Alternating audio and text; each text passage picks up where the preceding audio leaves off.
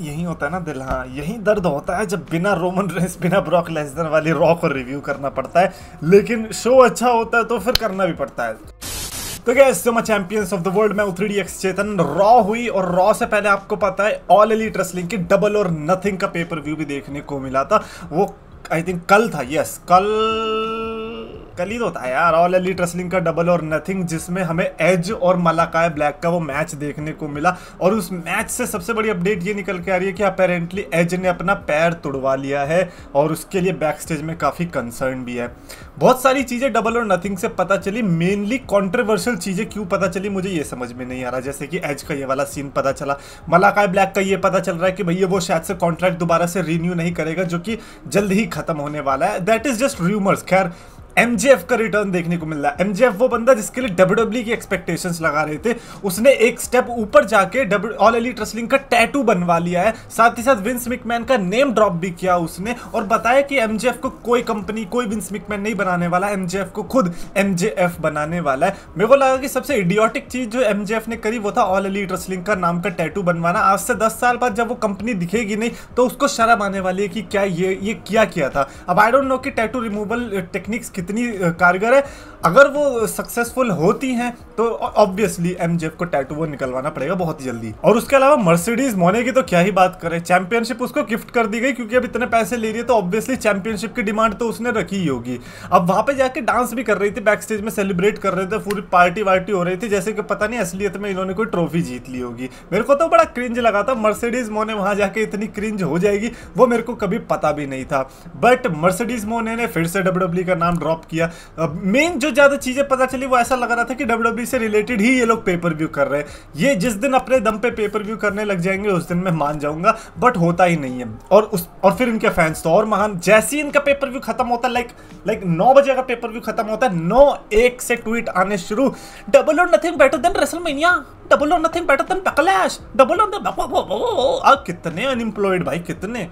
एक security guard की job कर लो, कुछ तो कर लो, बिल्कुल लोएस्ट हैंगिंग फ्रूट दे रहे हो, लेकिन ये सब बकवासबाजी क्या करते हो। खैर आज पे हम रॉ की तरफ आते हैं। रॉ में इतना डिसअपॉइंट किया गुंतर ने, इस तरीके से वो चल के आ रहा था क्राउन हाथ में लेके, और मैंने क्या सोचा था कि बंदे की कोरोनेशन होगी, फुल प्रेजेंटेशन इतना अच्छे से स्टाइल होगा, कुछ भी नहीं हुआ। गंथर तो, और ऑकवर्ड तो बहुत ज्यादा आज गंथर ने किया, मैं सही में बता रहा हूँ। वी वांट रैंडी की चैंट्स लगाने लग गई क्राउड। आई डोंट नो कौन सी क्राउड है, बिकॉज जहां पे मैं बैठा हूँ वहां से तो हर कोई गंथर ही प्रिडिक्ट करके बैठा था। खैर मैं ऑब्वियसली बाकी सब में काउंट भी करता नहीं अपने आप को, क्योंकि जिस तरीके से बाकी लोगों के डिसीजन हो गए कि वो बेबी फेस को सपोर्ट करते हैं, मैं बेबी फेस को सपोर्ट करने में बिलीव नहीं करता। As much as I love Randy Orton, Gunther वहां पे बहुत ऑब्वियस पिक थी किसी के लिए भी।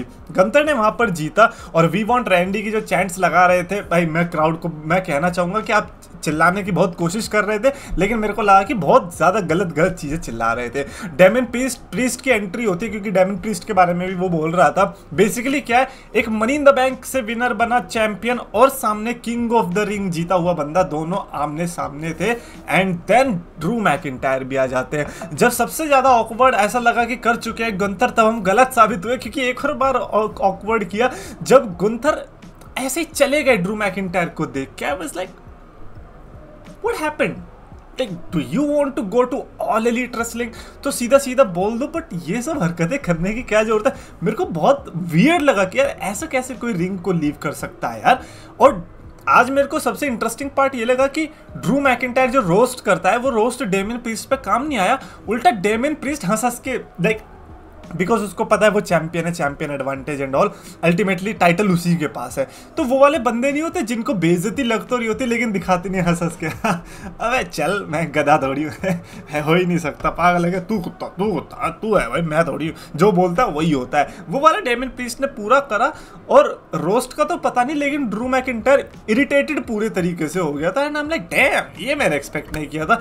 देन ब्रॉन स्ट्रोमन का थीम सॉन्ग बजता, मैं पागल हो गया। मैंने कहा भाई ये क्या होने वाला है, पता चला कुछ नहीं होने वाला है। ब्रॉन स्ट्रोमन और जेडी मैकडोनाल्ड का मैच था। I was like what the hell are you saying.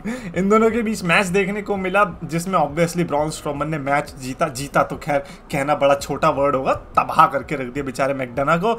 और बाद में कार्लिटो, फिन बैलर ये लोग भी आते हैं and then JD McDonagh chair जब मारने की कोशिश करी, मेरे को वो बड़ा सीन फनी लगा ना, लाइक ये ट्राई मत करना जिंदगी में कभी। ब्रॉन स्ट्रोमन लिटरली वो बंदा है जो लोहे के पाइप को मोड़ के लाइक कुछ भी कर सकता है और आप उसको ऐसे कर रहे हो हैं बैक। और सबसे बेस्ट पार्ट ये लगा कि उसके बाद जो वो भागा है, लाइक जेडी मैकडोना भागा है, उसके पीछे ड्रू मैकिंटायर और ब्रॉन स्ट्रोमन भागा उसे पकड़ने के लिए।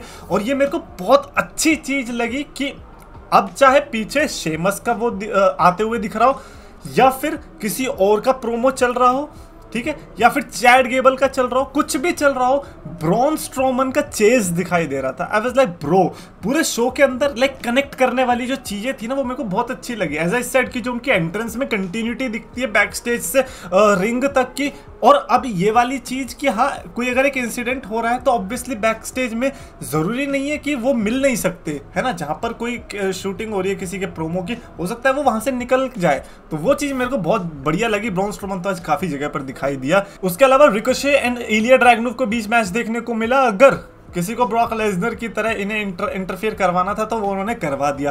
ब्रॉक लेसनर ने जिस तरीके से अपना डेब्यू किया था रॉ के अंदर, वैसा ही कुछ इन्होंने ब्रॉन ब्रेकर के साथ अब जाके करवाया। जब इन्होंने किंग ऑफ द रिंग में नहीं डाला, इन्होंने कुछ भी नहीं करा उसके लिए, तो आज इन्होंने सोचा कि अब करते हैं। इस मैच में इंटरफेयर करवा दिया ब्रॉन ब्रेकर से और जो स्पीयर मारी, और क्राउड जो मेरे को आज अच्छी लगी जब हु कर रही थी वो ब्रॉन ब्रेकर वाला बार्क स्टाइल। अब लाइक ये ट्रेंड बन जाएगा।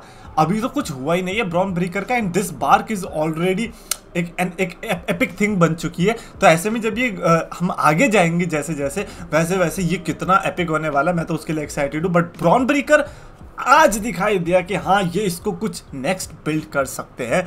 ब्रॉन ब्रेकर पे अगर इन्होंने बॉल ड्रॉप कर दी ना तो कोई भी नया सुपरस्टार होगा ना उसके लिए बड़ा वो होगा कि यार अब ये नहीं हुआ तो फिर मैं कैसे कर सकता हूँ। समझ रहे मैं क्या कहना चाह रहा हूँ। तो ब्रॉन ब्रेकर की बुकिंग मेरे को बहुत बढ़िया लगी। रिकोशे एंड इलिया ड्रैगनोव तो दो अमेजिंग टैलेंट, उन्होंने तो खैर लड़ाई तो मस्ती करी थी, बट अल्टीमेटली ब्रॉन ब्रेकर का डे था आज। अच्छा एक और मस्त था वो रेसिज्म वाला, उन्होंने जो बैक स्टेज में द मिज आर-ट्रूथ वाला सेगमेंट लाए थे ना, जिसमें आइसक्रीम देता है उसको, कौन सी वनीला नहीं आइसक्रीम देता है, आर-ट्रूथ आइसक्रीम देता है, तो मिज बोलता है ये मेरे को तूने पूरा वाइट क्यों पहना है, तो आर-ट्रूथ बोलता है अब देखो जिसका जैसा कलर है उसको उस टाइप का पहनना पड़ता है। तो वो कहता अच्छा इस मैंने ये है इसीलिए वनीला, तो इसीलिए तेरे को, अब उन्होंने वो आइसक्रीम की डेफिनेशन में बोला था जो कि ऑब्वियसली हमें समझ आ गया था कि वो आइसक्रीम की बात नहीं कर रहे हैं।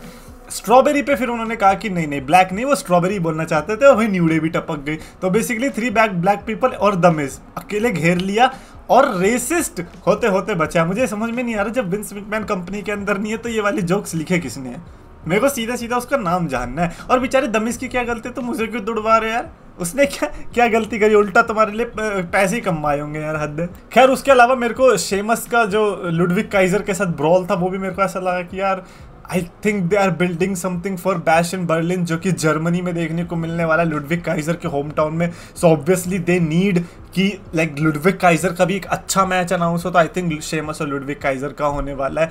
उसके अलावा लायरा ने कायरी सेन को हराया, रे मिस्टीरियो ने कार्लिटो को हराया। रे मिस्टीरियो ने कार्लिटो को जब हराया उसके बाद जब डेमिन प्रीस्ट आया ना और उसने अटैक किया और फिन बैलर को उस तरीके से देखा, आई वाज लाइक अच्छा तो डेमिन प्रीस्ट अब बेसिकली चैंपियन हो गया और इतना उछल रहा है कि जजमेंट डे उसी से चल रही है, मेरे बिना जजमेंट डे कुछ नहीं कर सकती। ट्रू और फॉल्स वो तो खैर बात की बात है, बट डेमिन प्रीस्ट इस समय यही प्रूफ करने पे तुला हुआ है और वो कर भी रहा है मेरे हिसाब से तो देखा जाए। उसके अलावा ब्रॉन्सन रीड एंड ओटिस के बीच मैच देखने को मिला। अब दो ऐसे बंदे आमने सामने लड़ेंगे और ओटिस की जब एंट्री होती है यानी कि चैड गेबल की भी जब एंट्री होती है, चैड गेबल ऑलरेडी ट्विटर पे पर्क नाम का टीज दे चुका था। पर्क बोले तो पर्क एंगल वो वाला कर्ट एंगल था जो कि एक नंबर का बीस्ट था। तो अब ऐसा लग रहा था यू सक्स की चैंट्स के बाद कि शायद से ये वाला चैड गेबल पर्क गेबल बनने वाला है, लेकिन क्राउड ने हक दिया।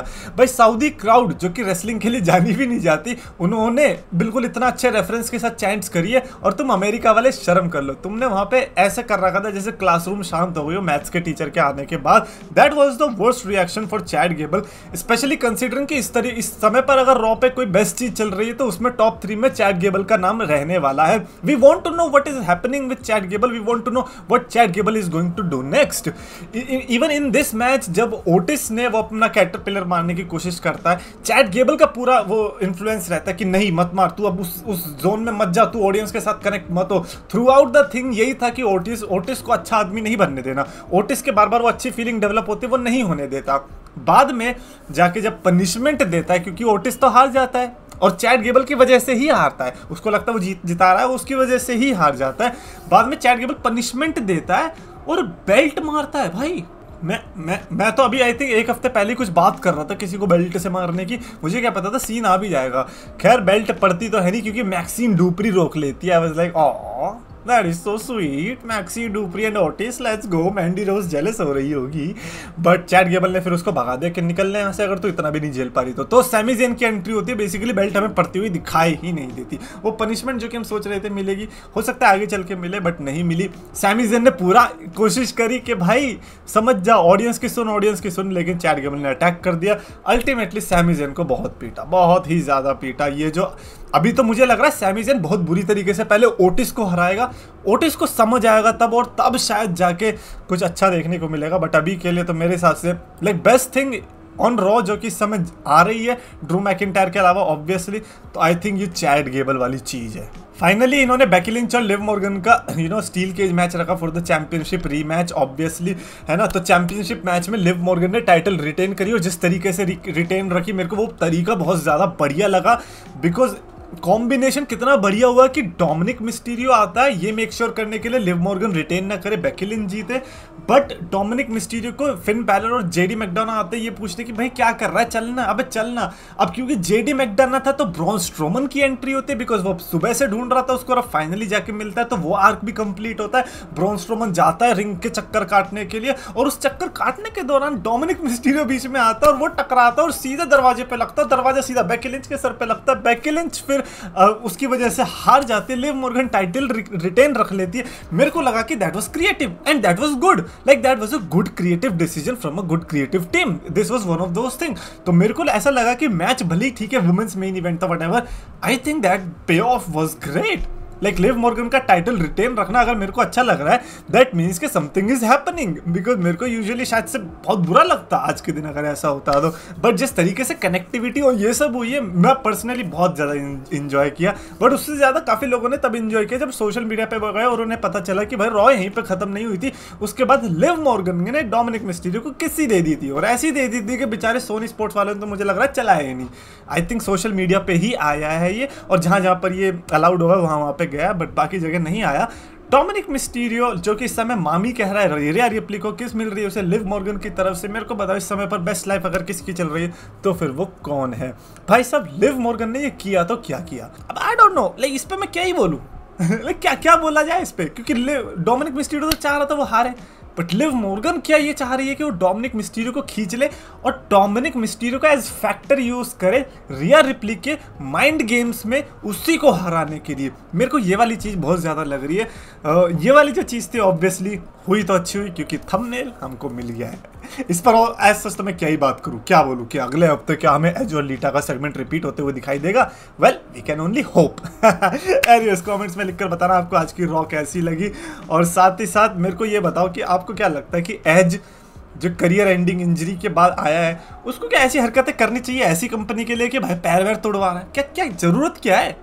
पहला डिसीजन तुम ऑलरेडी गलत ले चुके हो उस कंपनी में जाके, अब इतना तो मत करो यार उनके लिए, नहीं करते वो लोग डिजर्व भाई, और उसके फैंस भी डिजर्व नहीं करते। अल्टीमेटली उनके फैंस को लिखना वही है भाई रेसलमेनिया से बढ़िया थी भाई। कभी कभी WWE वालों को देखा भाई रेसलमेनिया तो क्या बढ़िया हो गई ना, डबल और नथिंग ले लो, डबल और नथिंग से क्या बढ़िया रेसलमेनिया गई। नहीं, हमेशा कंपेयर होता है कि रेसलमेनिया ये वाली रेसलमेनिया सबसे बढ़िया रेसलमेनिया थी, ये होता है कंपैरिजन। लेकिन नहीं, ये तो WWE में ही कूद रहे हैं, वही करना है, क्या ही कर सकते हैं। खैर कमेंट्स में आप लिख के बताना अपने थॉट्स, और अगर आपको वीडियो पसंद आए तो प्लीज लाइक करो, शेयर करो, चैनल सब्सक्राइब करो।